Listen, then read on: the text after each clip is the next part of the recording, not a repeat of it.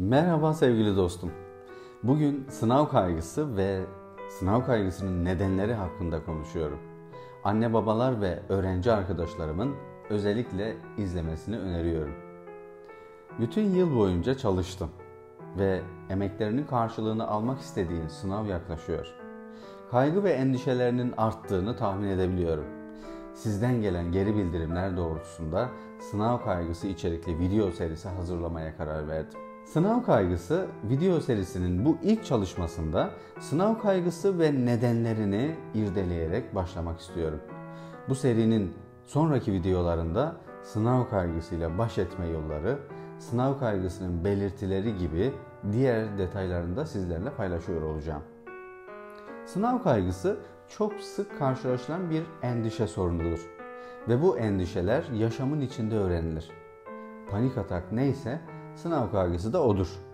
Köpek korkusu, uçak korkusu neyse sınav kaygısı da odur. Muhtemelen kültürel kodlarımız gereği eğitime verdiğimiz önem nedeniyle aileler bu süreçte çok etkindir.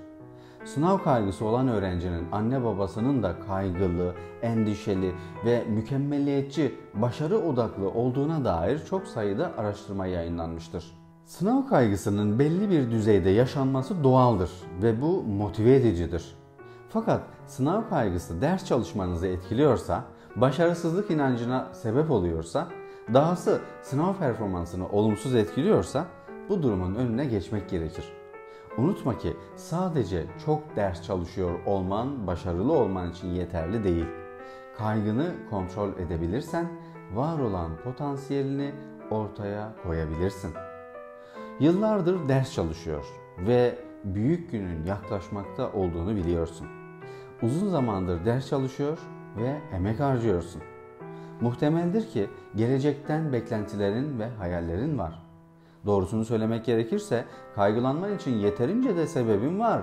Çünkü uzunca zamandır çalışıyorsun ve sonuçlarını almak istiyorsun.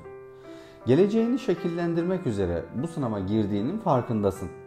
Gelecekte nasıl bir yaşamın olacağını, yaşamını devam ettirmek için ne kadar gelirin olacağını ve daha birçok değişkeni bu sınavdaki durumun belirleyecek. Bu nedenle hayatının önemli bir kavşak noktasında olduğunu düşünebiliriz. Bu bakış açısı sanıyorum ayakları yere basan gerçekçi bir bakış açısı olacaktır. Evet, önemli bir dönemden geçtiğimiz ve yaşamımızın istikametini belirleyecek sınav olduğu gerçeği doğrudur. Ama bu durum sınav ile ilgili kaygılarla yaşamamız gerektiği anlamına gelmiyor. Tekrarlamakta yarar görüyorum. Sınav kaygısını kontrol edersen var olan potansiyelini ortaya koyabileceksin. Sınav kaygısının nedenlerini irdelemek gerekirse her öğrencinin kendine özgü sebepleri olacağını mutlaka göz önünde bulunduralım. Deneyimlerin ve bilimsel verilerin ışığında elde ettiğim nedenleri sıralamak gerekirse örneklendirerek şunları belirtmek isterim. Birincisi, öğrencinin ailesinden kaynaklanan sebepler. Daha önce de belirttiğim gibi muhtemelen kültürel kodlarımız gereği eğitime çok özel bir önem veriyoruz. Ve anne babalar en az çocukları kadar sınav konusunda endişeli ve kaygılı olabiliyorlar. Anne babanın penceresinden bakılırsa evladının gelecekte iyi bir yaşamının olması ya da olmamasının belirleyicisi olarak bu sınavı görüyor ve kendince iyi bir niyetle çocuğunun iyiliğini istediği için çocuğuna elinden geleni yaparak onun başarısını olumlu yönde etkilemek istiyor.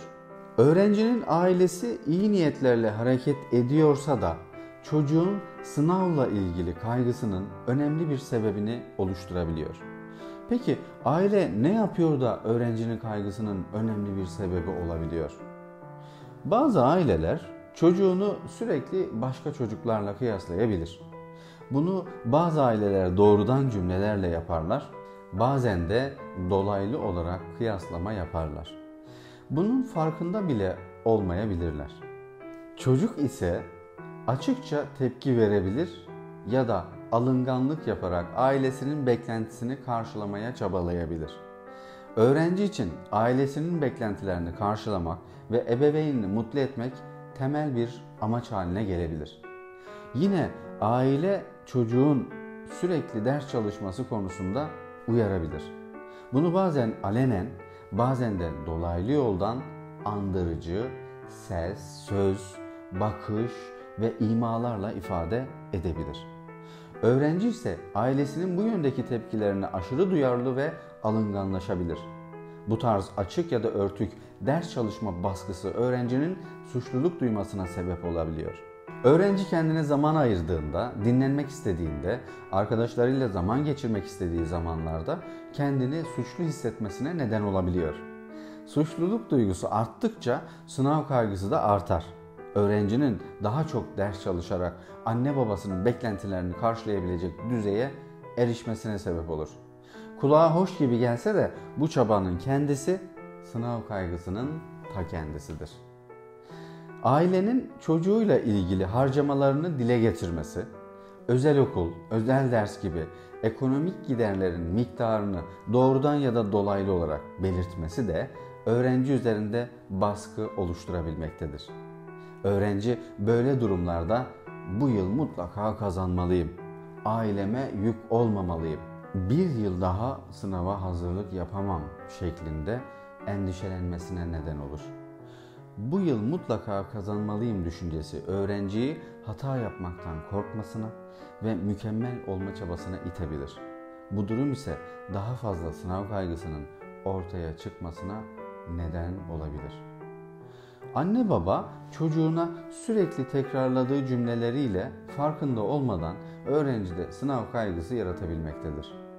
Örneğin sürekli "Sana güveniyoruz, sen yaparsın, hep başarılı oldun, bunu da başarırsın, kendine güvenmelisin, biz sana güveniyoruz" gibi cümleler her ne kadar pozitif ve destekleyici gibi görünse de sürekli tekrarlanması, bunların vurgulanması öğrenci için ailem benden hep başarı gördü, yine aynı başarıyı gösteremezsem ailemi hayal kırıklığına uğratabilirim şeklinde kaygılandırabiliyor. Aile çocuğun ders çalışmasını, uyuma ve uyanma saatini, arkadaş ilişkilerini, deneme sınavlarındaki performansını eleştirebiliyor. Çocuğunu olduğu gibi kabul etmek yerine yargılayarak kendi doğrularını çocuğuna dikte etmeye çalışıyor olabilir. Yine anne baba bunları yaparken iyi niyet içinde olabilir ama bu tutumlar çocuğunun kendine güvenini zedeleyebilir. Kendini yetersiz hisseden, başaramayacağına inanan bir öğrenci olmasına sebep olabilir. Aile çocuğun sınavıyla ilgili bu endişeli ilgisinin tam tersine bazı aileler de çocuğuyla ve onun sınavıyla hiç ilgilenmiyor gibi uzak, mesafeli ve ilgisiz tavır ve tutumlar gösterebiliyor. Yine bu durumdaysa öğrenci ilgilenilmediğini, yalnız bırakıldığını, kimsenin onunla ilgilenmediğini, ailesinin ona ve gireceği sınava önem vermediğinden dem vurarak sınavla ilgili endişelerini yaşayabilmektedir. Beni izleyen anne babalar muhtemelen o zaman ne yapmalıyız ya da ne yapmamalıyız ki çocuğumuzu olumsuz etkilemeyelim şeklinde sorular sorduğunu duyar gibiyim. Bir başka videoda bunları sizlerle paylaşıyor olacağım. Şimdi sınav kaygısının nedenlerini irdelemeye devam ediyorum.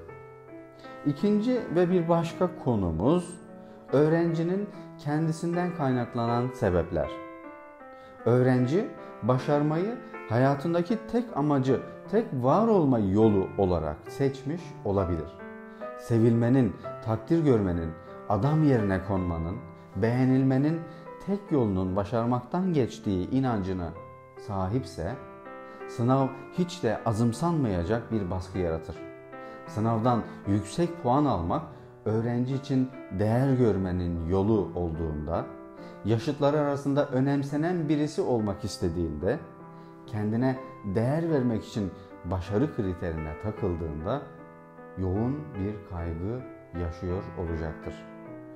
Öğrenci ailesine karşı mahcup olacağına inanıyorsa, başaramaması durumunda ailesini hayal kırıklığına uğratacağı inancı nedeniyle sırtında önemli bir yük hissedebilecektir.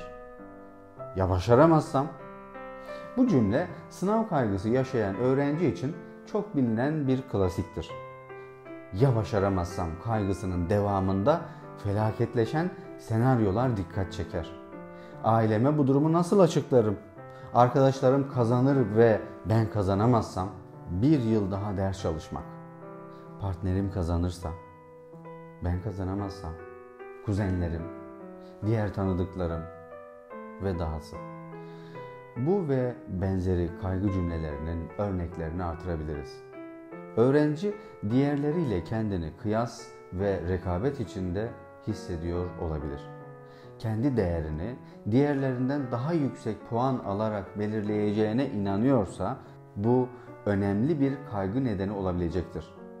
Başarısız olduğunda eleştirileceğine inanan bir öğrenci hata yapmamaya çalışacaktır.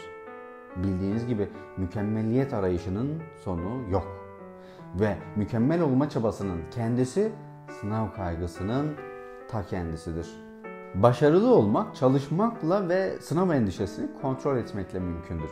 Oysa sevgili öğrenci arkadaşım, sen koşulsuz şartsız değerli bir insansın. Sen kendi değerini sınav başarısına bağlarsan kendi kendini koşullu sevmiş olmaz mısın?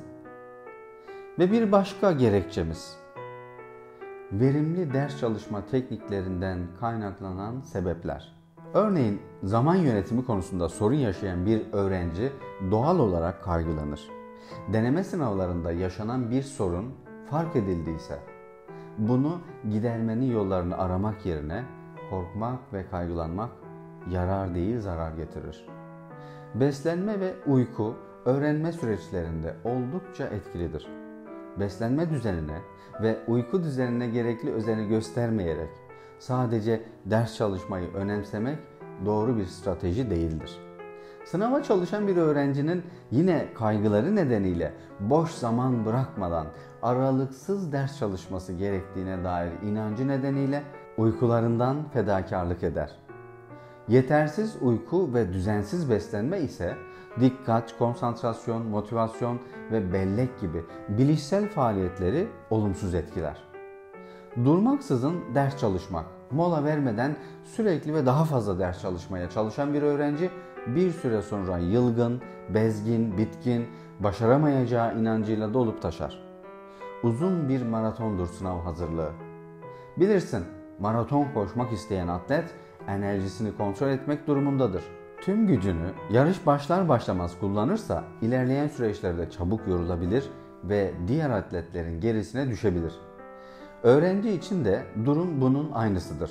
Bu nedenle düzenli, sistemli ve sürekli ders çalışan öğrenciler başarılı olur. Tekrarlamakta yarar görüyorum. Düzenli, sistemli ve sürekli ders çalışan öğrenciler başarılı olur. Ders çalışma yol ve yöntemleri konusunda problemi olan öğrenci enerjisini boşa harcayan bir otomobil gibidir. Vitesi boşa alınan arabanın istediğiniz kadar gazına basabilirsiniz. Çok yakıt tüketir ama hiç yol ilerleyemez. Bu nedenle her öğrencinin kendine özel bir ders çalışma programı olmalıdır. Her dersi çalışmanın kendine özgü yöntem ve teknikleri vardır. Örneğin tarih çalışır gibi matematik çalışarak ilerleyemezsiniz. Başarısızlık korkusu ise öğrenci arkadaşlarımızın yaşadığı temel bir kaygıdır. Önceden de bahsettiğim gibi ya başarısız olursam korkusunun kendisi kendini gerçekleştiren kehanet gibi gerçeğe dönüşür. Ve sorumluluk sahibi olan hemen her öğrencinin bir miktar kaygı duyması doğal ve normaldir. Ve de gereklidir. Çünkü bir miktar kaygı öğrencinin ders çalışma istek ve motivasyonunu artırır ve dikkat ve bellek fonksiyonlarını olumlu etkiler. Fakat belirli bir sınırın üstünde sınav kaygısı yaşayan bir öğrencinin dikkat, bellek, motivasyon gibi bilişsel işlevlerinin olumsuz etkilendiğini biliyoruz. Bunlar öğrencinin öğrenme çabasını son derece olumsuz şekilde etkiler. Unutma, bugün bundan sonraki yaşamının ilk günü. Sen değişirsen dünya değişir.